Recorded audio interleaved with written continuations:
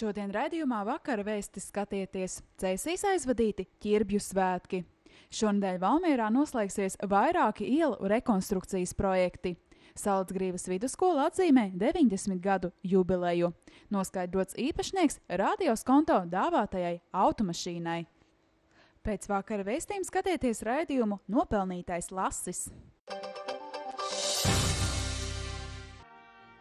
Sestdien spēlējot Pūtēju orķestrim, Cēsu stacijā tika sagaidīts pirmais tautas ekskursijas vilciens. Jātiec, ka, lai arī iepriekš jau bija vilinošs Pieturs, Sigulda un Līgatne, arī interesanti, kas vēlētos apskatīt Cēsas, bija diezgan daudz. Mēs bijām īstenībā patīkami pārsteigti, kad visi braucēji, kas bija ļoti daudz un bija 200 apmēram braucēji pa abiem vagoniem.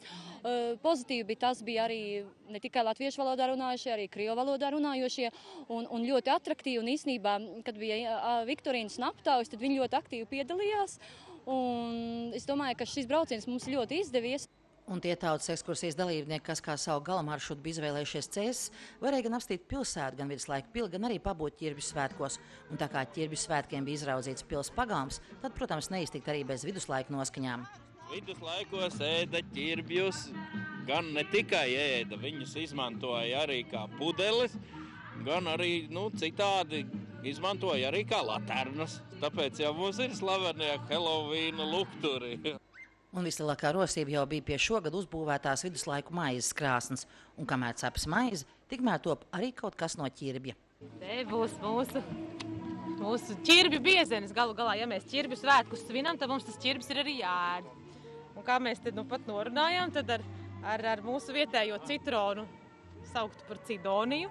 Mūsu vietējo labo ķirbi padaram par ananāsu, un mums tas ir svežzemju kokteils. Bet īstenībā tas ir tāds kārtīgs viduslaiku biezenis. Maize ar ķirbju biezeni šogad ir jaunums, bet tradicionāli ķirbju svētkos ir no tiem vārītā zupa. Cepu katlā sīpols, ķiplokus burkānus, tad likt klāt ķirbjus, tad kausēto sieru, visu savāru, sablenderē, un šogad ir uzlabots ar aģiku un salītām selerijām. Ļoti labi garšoja. Es jau nācu prasīt Jankundzei recepti. Jā, tiešām labi. Ķirbji man bija trauma kopš bērndāras, kad es viņus neēdu. Tagad dzīve ir citādāka. Pasties, garšīgs. Vienīgi šajos ķirbju svētkos tā mazāk gan varēja redzēt paši ķirbju audzētājs ar savu produkciju. Saimnieki no Mārsnēdiem, kas šurp veduši šī gada ķirbju ražu stāsta, ka šis ir pirmais gads, kad tā nopietni nolemts pievērsties to audzēšanai. Tāpēc, ka pašai garšo. Pagājušajā gadā bija tā mazdārziņā izaudzēti. Pagaršojām pašas, piedām gan sulas, gan taisījām salātus. Cepām, vārījām, visu kaut ko, un tad izlēmām tā, ka šogad piedāvāsim. Es gribu pieredzināt cilvēkus, gribu ierādīt, ka tas ir garšīgs produkts, veselīgs ļoti. Lai viņam te ir visu Mendelejevu tabulu iekšā, visi mikroelementi ir iekšā. Bet runājot par tautas ekskursiju, kurā vilcienu šurp atvizināja turistus no Rīgas, cēsnieki atzīst, tā ir lieliski iespēja iepazīt Latviju. Cilvēki ir bijuši, kas pat nereiz nav bijuši, varbūt Cēsīs, Siguldā, lai cik tas varbūt jocīgi liktos, un tad viņi izmanto šo iespēju un tad brauc un skatās, ka te ir jauki. Un tā kā es domāju, tā ir viena lieliska ideja. Es arī puspasauli apbraukājis, ja? Bet Latvija jau nav tāda kā citur. Tā tomēr ir mūsu dzimtene, mūsu zeme, mūsu vieta. Un paskatiet, kāds skaistums. Un ko tur skriet uz Ēģipti? Un tagad ir sevišķi. Lidmašīnas krīt viena pēc otras. Kāda vajadzība, ja Latvija var apiet kājām? Tautas ekskursijas vilciens paredzams, ka ekskursants uz Vidzemi vizinās arī ziemas sezonā. Tādēļ jau šobrīd Cēsīs tiek domāts, kāds piedāvājums jau bez iespējas slēpot, te būs vēl. Atved pie mums savu draugu un lieto Tēlija Latvija internetu 1 mēnesi bez maksas. Jo vairāk draugu piesaistīsi, jo ilgāk varēsi lietot internetu bez maksas. Sava drauga kontaktinformāciju sūti mums uz e-pastu vidzeme@telija.lv vai informē mūs pa tālruni. Informācija par akciju arī mājaslapā www.telija.lv. Lai pārunātu aktualitātes Valmieras pilsētām, kā arī šajā nedēļā plānotos darbus un norises, Valmieras pilsētas pašvaldības darbinieki šodien piedalījās iknedēļas informatīvajā sanāksmē. Šī nedēļa Valmierā būs zīmīga, jo beidzot noslēgsies 2 vērienīgi ielu rekonstrukcijas projekti. Jau trešdien tiks atjaunotas sabiedriskā transporta kustība Stacijas ielā, savukārt pārējam transportam iela visā tās garumā pilnībā būs atvērta no 14. novembra. Protams, kaut kādi darbi, kas saistīti ar objektu, turpināsies, ja, bet asfalts ir pilnībā jābūt uzklātam līdz trešdienai, un arī satiks kustība, tā skaitā tad sabiedriskais transports tiks palaists pa stacijas ielu no 2. novembra. Vienlaikus šajās dienās norisināsies arī asfalta seguma ieklāšanas darbi Rubenes, Beātes un Limbaža ielu krustojumā. Jaunizbūvētais aplis daļai būs izbraucams jau šonedēļ. Transporta kustību vēl kādu laiku ierobežos darbi Beātes ielā, kur turpinās ūdens saimniecības attīstības projekts. Beātes līdz Dārza ielai arī tiks uzklāts asfalts visā ielas platumā.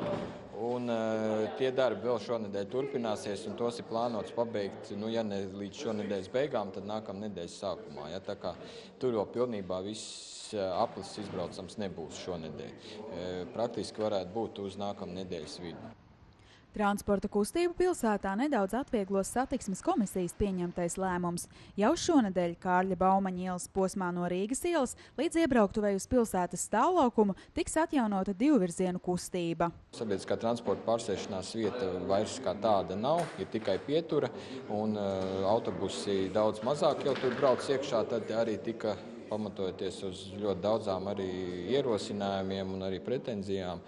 Satiksmes komisija lēma par atjaunot divvirzienu kustību, tātad izbraukt no stāvlaukuma varēs arī pagriežoties pa kreisi. Šeit gan jāsaka, ka izbraukšana no Baumaņa ielas būs vienā joslā. Tas ir pamatojoties to, ka sabiedriskā transporta pietura paliks Baumaņa ielā. Un, lai autobusi, arī garie autobusi varētu iegriezties Baumaņa ielā, tad ir tā kā divas joslas tiks atstātas autobusam. Pārējā Baumaņa ielas posmā līdz Beātes ielai autovadītāji aizvien varēs pārvietoties tikai vienā virzienā. Tādēļ, ņemot vērā izmaiņas transporta kustības organizēšanā, autovadītāji aicināti rūpīgāk sekot līdz ceļazīmēm un ievērot izliktās norādes. Pašvaldības informatīvajā sanāksmē Valmieras sociālā dienesta vadītāja informēja, ka sākot no 1. novembra līdz nākamā gada 30. martam tiks pieņemti iedzīvotāju iesniegumi dzīvokļa pabalstam no tiem valmieriešiem, kur dzīvojamā platība tiek apkurināta centralizēti. Šo pabalstu var saņemt ģimenes, kurām piešķirts trūcīgo status, kā arī ģimenes, kurā ir cilvēki ar invaliditāti vai arī visi tās locekļi ir pensionāri. Šonedēļ Valmierā un apkārtējos novados viesosies sadarbības partneri no Gīterslo apriņķa Vācijā. Šī vizīte iezīmēs veiksmīgo sadarbību dažādās jomās, kas starp abu valstu pašvaldībām noritēju 20 gadu garumā. Šoreiz Valmierā viesosies arī vairāki mākslinieki no Vācijas. Ceturtdienas pēcpusdienā Valmieras muzejā tiks atklāta arī šo mākslinieku darbu izstāde. Radio Skonto jau 7 gadus rīko akciju, kurā uz zvanu ir jāatbild ar atslēgas vārdiem "Mans mīļākais radio ir Radio Skonto". Šogad galvenā balva bija automašīna Hyundai i40 no Scandi Motors. Tirniecības centrā Spice bija pulcējušies 5 finālisti, taču tikai viens no 5 identiski vienādām automašīnas atslēgām izvēlējās īsto.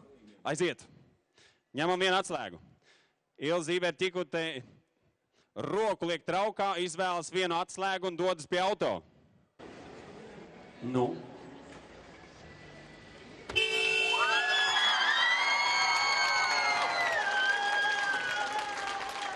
Ilze Zīberta-Tikute ar pirmo piegājienu iet šīs atslēgas vārdu spēles vēsturē. Nevienam vēl līdz šim nebija izdevies to izdarīt ar pirmo piegājienu. Šeit stāvēja 5 finālisti, bet Ilze paņēma vienīgo īsto atslēgu, iesēdās savā jau automašīnā un to piestartēja. Ilze! Super!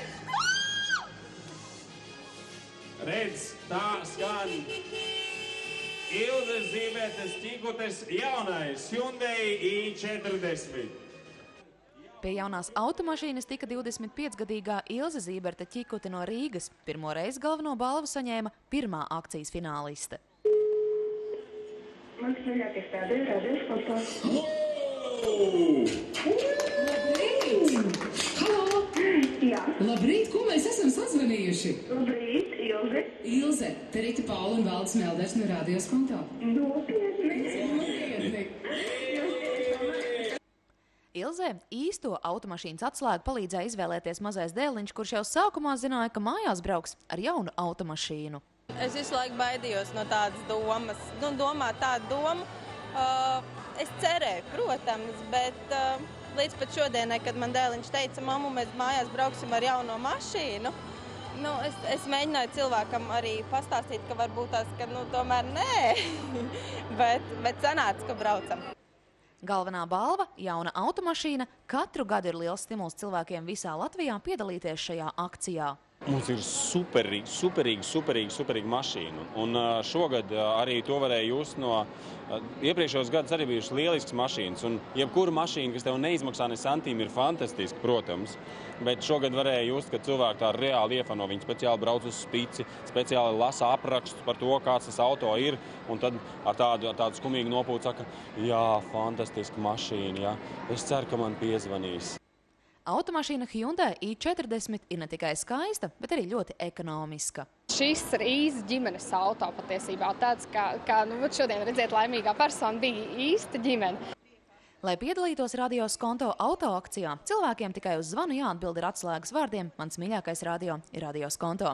Un šī gada finālisti atzina, ka galvenais ir ticēt veiksmei. Tā veiksmes atslēga ir tas, ka reāli cilvēki, reāli klausītāji, reāli jau 7. gadu pēc kārtas to mašīnu saņem. Un ar viņu reāli arī brauc. Un viņu radi draugi un tuvinieki tomēr pavisam konkrēti pārliecinās, ka tas viss tiešām notiek un var notikt arī ar viņiem. Pārējie 4 finālisti – Dainis Liepainieks no Talsu novada, Indra Jēkabsone no Mārupes novada, Vita Kupče no Inču kalna un Iveta Pakalna no Ikšķiles saņēma mierinājuma balvas, katrs 300 latus. Salacgrīvas vidusskola ir aizvadījusi gandrīz 100 gadi. Tās 90 gadu jubileju Salacgrīvā atzīmēja ar svinīgiem pasākumiem, atmiņu stāstiem un absolventu atkal redzēšanos. Agrākais Salacgrīvas ciems vidusskolu iegūta 1921. gadā, un interesanti, ka tikai pēc 7 gadiem šeit parādījās Salacgrīvas pilsēta. Vidusskola dzīves ceļos ievadījusi gana daudz skolēnu. Nedēļas nogalē salidojumā tikās tās absolventi, kur šobrīd skolu atcerās kā vietu, kur iepazīti draugi, iegūtas dzīves gudrības un iemācīta arī atbildības sajūta pēc padarītajām muļķībām. Atkal redzēšanās vakars daudzos raisīja pozitīvas emocijas un atmiņu virpuļus. Jūtos ļoti pacelāti, jo man jau ir te mamma jau mācījusies, mamma te strādājusi, un es te esmu mācījusies, bērni mācījušies, mazbērni mācījušies, ir visi. Tā kā paudzēs? Jā, paudzēs, jā, tā kā ļoti jauki. Ko jūs sagāt no šī vakara? Atmiņas, tikšanās, jautrība. Jā. Atkal redzēšanos, jā. Ar skolotājiem, ar klases biedriem. Patīkam atkal redzēšanos ar tiem, ar kuriem es jau pirms 32 gadiem kā šķīros. Ja? Ne, mēs jau tiekamies šādi tādi, bet šis būs tāds īpašs vakars. Tomēr svētku diena. Satikt savu audzinātāju. Svētku koncertu vadīja skolas absolvents Andris Būls, kurš tāpat kā citi absolventi piedalījās svētku tapšanā. Arī pašreizējie skolas audzēkņi uzstājās jubilejas koncertā. Neaizmirstam mirkli, kuri šiem skolniekiem paliks saistībā ar mūsu skolu. Un tas ir tas, kas pie skolas piesaist arī pēc tam, jo arī skolnieks to, ko viņam dev uz skolu, uzreiz nenovērtē. Viņš to var novērtēt tikai pēc laika. Atzīmējot vidusskolas 90 gadi, nedēļas nogalē noritēja arī citi pasākumi. Godinot skolu, Lielsalacas evaņģēliskā luteriskā baznīcā notika svētbrīdis, kurā iesvētīja skolas karogu. Savukārt, pieminot bijušos skolotājus un skolas biedrus, pēc svētbrīža pie viņu atdusmas vietām tika nolikti ziedi. Lai 90 gadus garo dzīves ceļu varētu izceļot arī citi, Salacgrīvas muzejā atklāja izstādi Izglītības vēsture Salacgrīvā. Ar mērķi popularizēt latviešu komponistu mūziku Madonā norisinājās pirmais starptautiskais Jāņa Norviļa jauno pianistu konkurss. 3 dienu garumā par konkursa galveno balvu cīnījās 26 topošie pianisti. Konkursa dalībnieku repertuārā latviešu tautas melodiju apdars, Jāņa Norviļa skaņdarbi klavierēm, kā arī latviešu mūsdienu autoru darbi. Pirmoreiz tik plašā klāstā, man liekas, tik spēlēts Jāņa Norviļa skaņdarbi. Un tiešām, cik es paspēju pati dzirdēt šos konkursu dalībniekus, visiem veicās labi. Salīdzinoši Jāņa Norveļa skandarbu spēlēt ir grūti, jo viņi ir diezgan sarežģīti pianistiski uzrakstīti, kaut gan tajā pašā laikā viņi ir ļoti atpazīstami un it kā visiem liekas ļoti vienkārši, bet viņi nav viegli spēlējami maziem bērniem.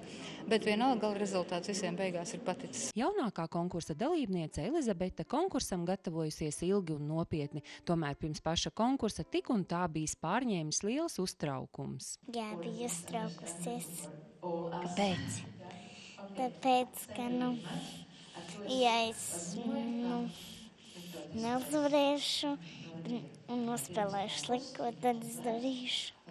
Viena no 2 Madonas mūzikas skolas pārstāvēm Ilva ar klavieriem draugos ir jau no 4 gadu vecuma, un arī tagad daudz labprātāk spēlē klavieres nekā datora klaviatūru. Arī Ilva konkursam gatavojusies cītīgi. Tādēļ, ka man liekas, ka tas ir interesantāk nekā spēlēt to datoru.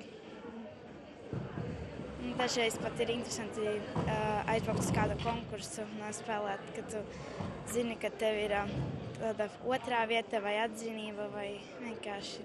Es gatavojos ļoti ilgi, tas jau bija no vasaras.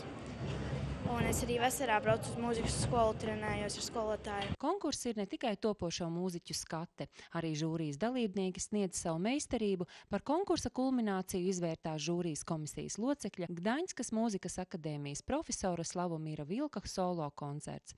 Līdzās žūrijas piešķirtajām balvām, kas bija mērāmas arī naudas izteiksmē, tika piešķirtas arī alternatīvās žūrijas balvas. Tās piešķīrēji bija skolēni, kas paralēli lielās žūrijas darbam 7 cilvēku sastāvā vērtēja savus vienaudžus. Alternatīvā žūrija veids to pašu darbu, ko pieaugušo žūrija, un šajā konkursā tā bija tāda kā inovācija. Izmēģināt, vai bērni arī ir spējīgi vērtēt savus vienaudžus, arī mazākus bērnus un objektīvi to visu darīt. Manā skatījumā svarīgākais ir tas, ko bērns pats no sevis ieliek iekšā. Es jau pati esmu beigusi mūzikas skolu un es zinu, kādu darbu tas viss prasa, un tad arī tā skatījāmies, ko bērns ir ielicis un kā viņš to parāda, cik brīvi viņš jūtas uz skatuves, kā spēja to izveidot šo saikni ar mūziku un tā. Viena no veiksmīga klavieru koncerta atslēgām ir lielisks instruments. Madonas Steinvejs jaunos pianistus nepievīla. Kā ozols, kas savām saknēm cieši turas Latvijas zemē, tā mēs, Baltic Forest, esam uzticams un stabils partneris mežu īpašniekiem, piedāvājot labāko cenu un izdevīgākos noteikumus. Baltic Forest iepērk cirsmas un mežus īpašumā, krautuves un kravas pie ceļa, papīrmalku, malku, zāģbaļķu Salacgrīvas ostā un Masalacā. Zvani 265 55 924. Grāmatu veikalā Jānis Roze plašs sienas kalendāru un plānotāju piedāvājums. Krāsaini, dažādi izmēra plānotāji un skaisti sienas kalendāri, kas katru mēnesi iepriecinās ar kvalitatīvām fotogrāfijām. Praktiski gan krāsu, gan formu ziņā ir iecienītie Jānis Roze plānotāji. Jauns papildinājums tiem ir Latvijas karte, bet aizvērt to varēsiet ar gumijas palīdzību. Tikai šonedēļ Māra Bērziņa grāmatai Titāna skrūves speciāla cena 4,90 centīmi. Gaidām jūs grāmatu veikalā Jānis Roze. Apavu veikals NS King piedāvā apavus dažādām gaumēm no dažādiem izstrādājumiem un pats galvenais par pieņemamām cenām. Veikalā atradīsiet apavus visai ģimenei, gan ikdienai, gan svētkiem. Esam priecīgi jums piedāvāt jaunās rudens ziemas kolekcijas apavus ar 30% atlaidi. Katru dienu jauns apavu un somu pievedums. Laipni gaidīsim jūs NS King veikalā Tirzniecības centra Valleta 2. stāvā. Veikalā Šiks jums ir lieliska iespēja par pieņemamām cenām atjaunot savu garderobi jau tagad. Pasaulē pazīstamais apģērbu zīmols Only piedāvā dažādus džinsu modeļus, stilīgus topiņus un virsjakas. Tie ir moderni apģērbi meitenēm, kas vienmēr grib būt pamanāmas, izskatīties labi un stilīgi. Vero Moda – apģērbu zīmols, ko raksturo sievišķīgums un elegance. Plašā klāstā piedāvā blūzes un dažādus mēteļus. Kā ierasts, ziemas kolekcijās atradīsiet arī plašu adījumu klāstu. Pensionāru dienas centrā Atvasar otrdien 1. novembrī 12. Olgas Meļķes lekcija, 14. deju kopas nodarbības, 14. arī mūzikas grupa, trešdien 2. novembrī 10. politiski represēto valdes sēde, kā arī 10. angļu valodas kursi. 4. novembrī 19. Valmieras kultūras centrā rudens koncertūras ietvaros notiks IGO koncerts. Koncerta īpašie viesi grupa Putnu balle un bērnu vokālā studija Pēkšņi. Biļetes var iegādāties Biļešu paradīzes kasēs, kā arī elektroniski www.biļešuparadīze.lv. Laikrakstā Liesma lasiet Vidzemes augstskola Pasaules latviešu zinātnieku kongresā. Burtnieku ezera sūtņi Peipusā, kā Milda uzlabo zīmolu, darbi un domas Burtnieku novadā.